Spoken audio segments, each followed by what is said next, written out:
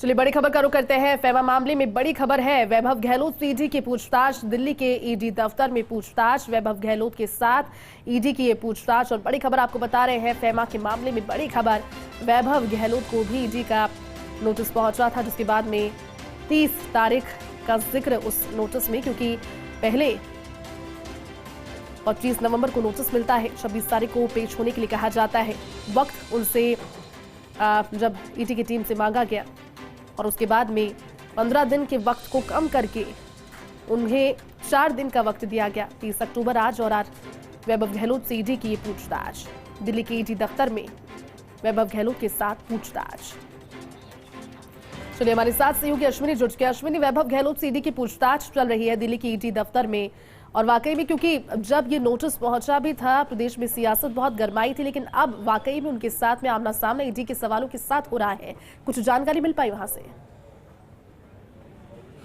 देखिए जयती, पूरे मामले को लेकर वैभव गहलोत से आज ईडी पूछताछ कर रही है, सवाल जवाब कर रही है।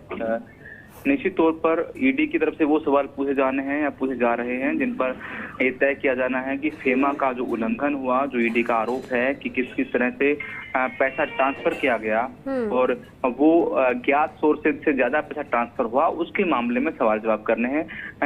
वैभव गहलोत जब ईडी ऑफिस में दाखिल हो रहे थे तो अपने साथ एक बैग ले गए थे। निश्चित तौर पर उनसे एक व्यक्ति और था, कागजात उनके पास थे, तो माना जा रहा है कि उन्होंने उस जो सवालात हैं उनके बदले में जवाब के साथ कुछ कागजात भी प्रस्तुत कर रहे हैं, और कि किसी भी तरह का ऐसा उल्लंघन फेमा का उल्लंघन उनकी ओर से नहीं किया गया है।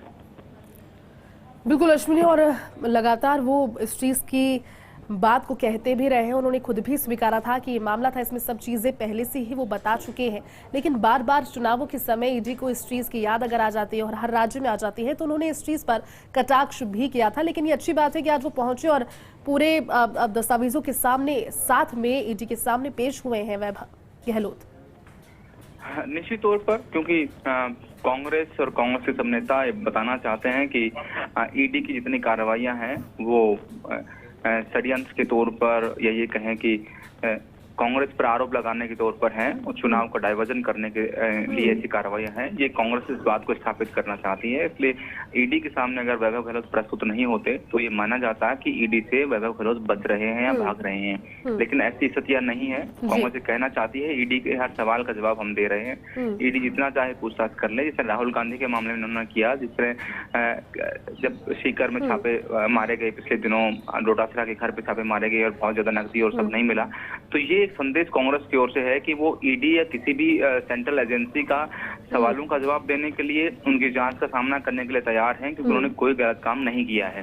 तो ये एक संदेश कांग्रेस देना चाहती है, उसका लाभ लेना चाहती है। दूसरी तरफ कांग्रेस का ये आरोप रहता है कि भाजपा इसका लाभ दूसरी तरह से लेना चाहती है।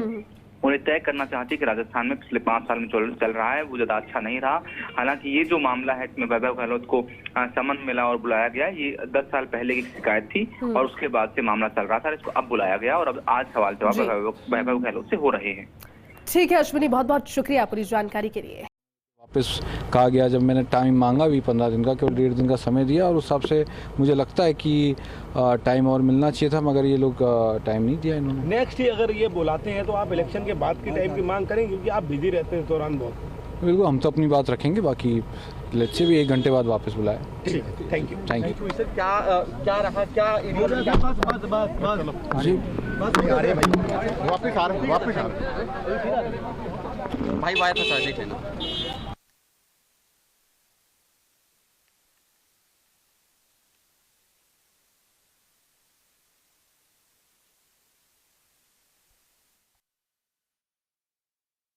लंच के लिए उन्होंने कहा है कि आप लंच करके आ जाएं, और 1 घंटे बाद वापस यहाँ बुलाया, तो जैसे स्थिति रहेगी आप लोगों को बता दें। सर अभी क्या पूछताछ हुई है, बैठा रखा था आपको, कितना टाइम लगने वाला है?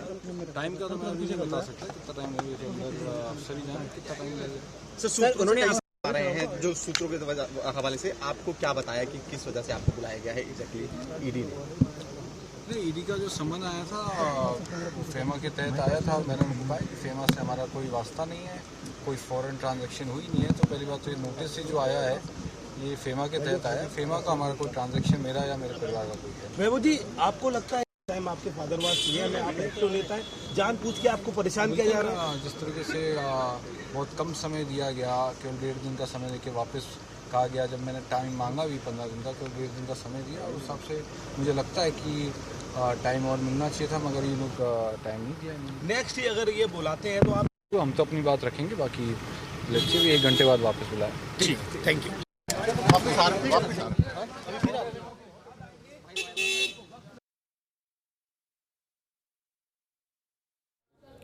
और देखिए, फेमा मामले में बड़ी खबर, वैभव गहलोत से ईडी दफ्तर में पूछताछ हुई है। दिल्ली के ईडी दफ्तर में पूछताछ। आपको बता दें कि ईडी की ओर से 25 अक्टूबर को वैभव गहलोत को समन जारी किया गया था, जिसमें वैभव गहलोत ने 30 अक्टूबर तक का समय मांगा था। अब आज वो पेश हुए हैं।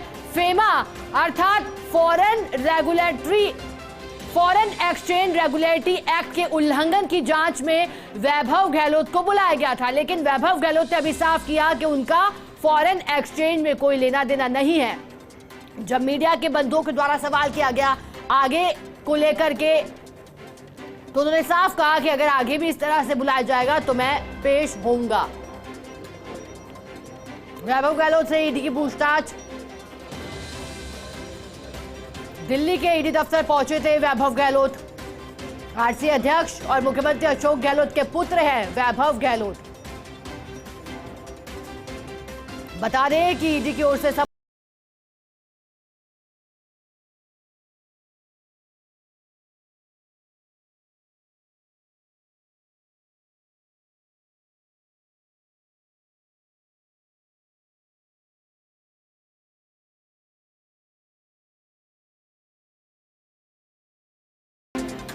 देखिए, आपको बता दें कि दरअसल ये मामला पूरा फॉरेन एक्सचेंज यानी कि ईडी ने जो समन जारी किया गया था, तो वैभव गहलोत से बकायदा रिकॉर्ड्स लेकर पहुंचने के लिए कहा गया था। ब्यौरा जो कि उनका विदेशी कंपनियों के साथ अगर कोई लेन देन हुआ है, इस तरह के आरोप लगाए गए थे शेल कंपनियों के द्वारा, हवाला के माध्यम से पैसा लेने के कई आरोप लगाए गए थे, और इसके बाद ईडी ने समन जारी किया गया था। लेकिन वैभव गहलोत ने साफ किया कि फॉरेन एक्सचेंज से उनका लेना देना नहीं है। हालांकि ईडी के दफ्तर में उनसे पूछताछ हुई है। आपको बता दें कि सांसद, राज्यसभा सांसद डॉक्टर गिरिराज मीणा की ओर से जून माह में शिकायत भी की गई थी, और जिसके बाद अब ईडी का एक्शन।